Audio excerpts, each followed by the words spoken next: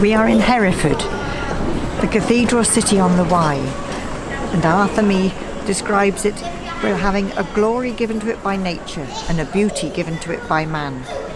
Nature says it on the banks of the Wye with fine views of the winding river and the hills of Wales. Man has been building up its great possessions for centuries. Well, here we are in Hereford by All Saints Church, a fine old medieval church. But as we experienced Hereford when we came into Hereford, very different to Arthur Mee nearly 70 years ago. We couldn't find anywhere to park. Eventually we did, and of course it's all built up with modern shopping centres and things.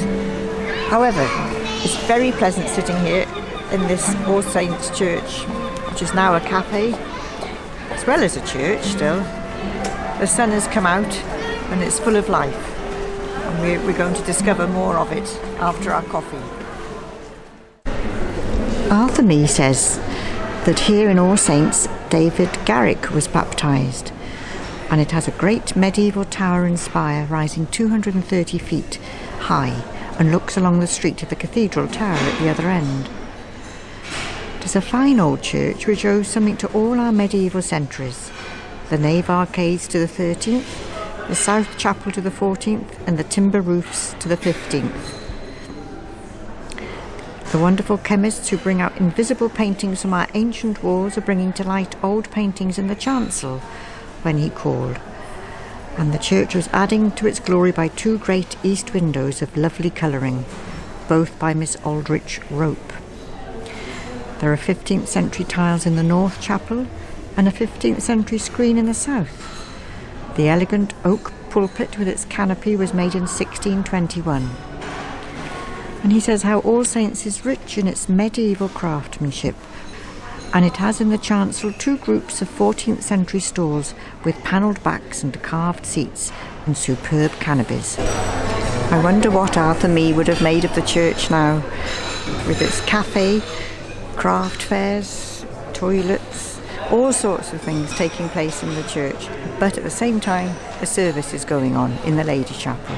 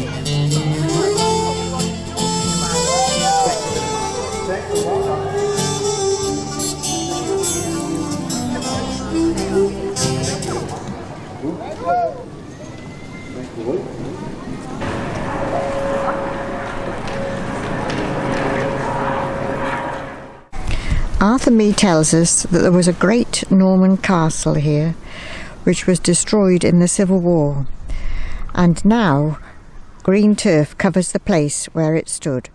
It is called Castle Green and stands by the river with a 60-feet column in memory of Nelson standing within the bailey, with what is called Castle Pool in the old moat, and with flower beds on the spot where kings would revel and captives languish.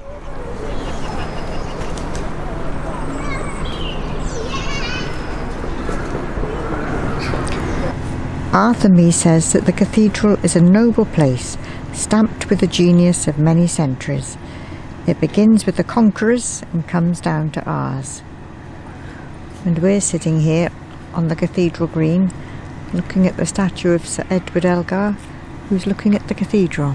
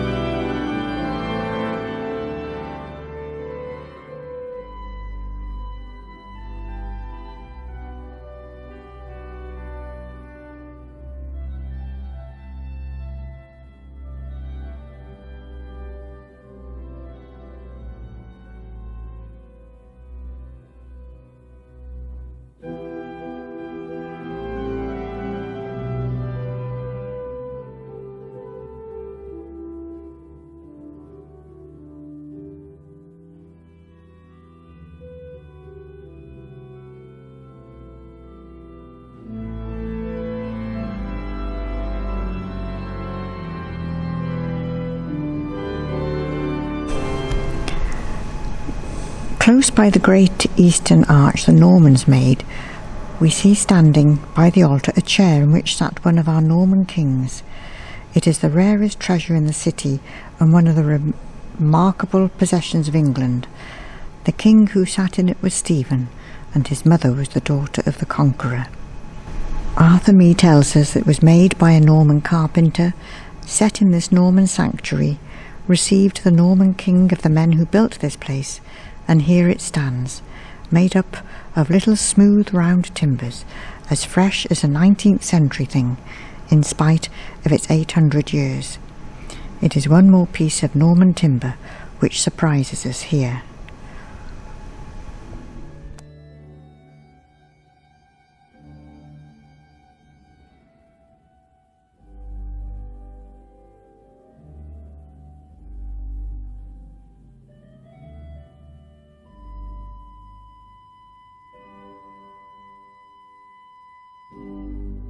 We're looking at the Thomas Traherne window, and Thomas Traherne, the son of a shoemaker, was born in Hereford in about 1637, growing up in a time when the city was torn by civil war.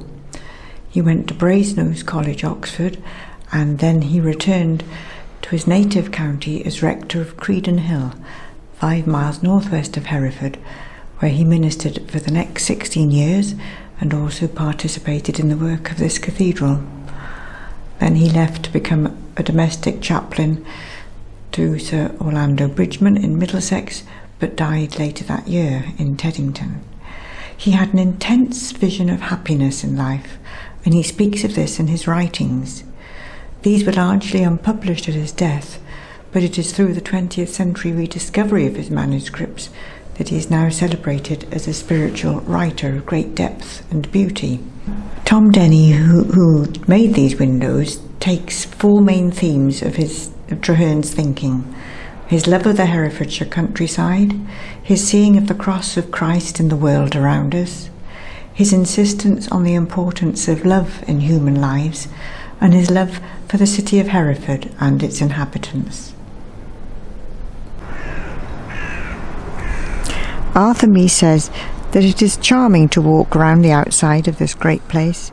Its tower, crammed with ballflower ornament and with 3 medieval bells still ringing in it, has dominated Hereford since the 14th century. One of the delightful corners of the precincts is the quadrangle, known as Vicars College, linked with the cathedral by a corridor with a noble timber roof of 12 bays.